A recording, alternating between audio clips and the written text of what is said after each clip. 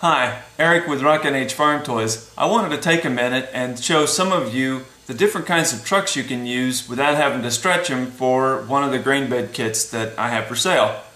So we'll reposition the camera and I'll show you a few samples of the trucks you can use. Here are some sample trucks that you could use that don't require stretching for a Rockin' H grain bed. In a previous video I stretched this white one and also this cab over, which will eventually get one of my beds. If you purchase a long frame DCP Pete or a long frame DCP Kenworth, like these two, all of these will take a Rockin' H bed without anything more than cleaning, cutting out some stuff through the middle of the frame rails so your hoist would operate. And that's all you'd really need to do. This truck has a sleeper on it, of course, so with one screw you can pull the sleeper off. You'll be left with a great big hole in the back of the cab where the sleeper entrance is.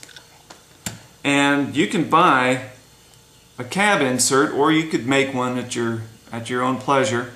But you can buy one of these cab inserts, paint it to match the truck or whatever color you wish, glue it in, and then you're ready to go for bed. This truck here, this long frame Pete, will take a 20-foot bed. This longer frame KW will also take a 20-foot bed, no stretching required. These sleeper Kenworths are really kind of cool because you could put a 22-foot bed on here after you pull the sleeper off. And what's nice about Kenworth, DCP Kenworth trucks, is that there's no hole in the back of the cab for where the sleeper entrance is. There's just a window, so you pull the sleeper off and clean all these other parts, and you're ready to go for a 22-foot bed. That's pretty cool.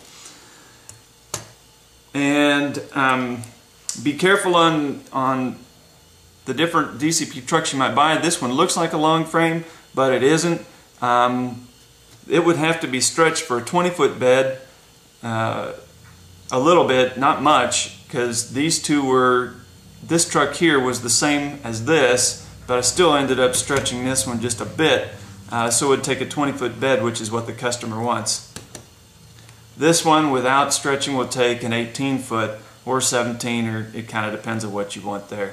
So if you don't have the capacity to stretch, you don't want to bother with messing or stretching a truck, here's some samples that you can use and take a little work to make ready for a bed. One thing I forgot to mention, this is a SpecCast Peterbilt. This one will take a 20-foot bed as well. This used to have a SpecCast wrecker on it.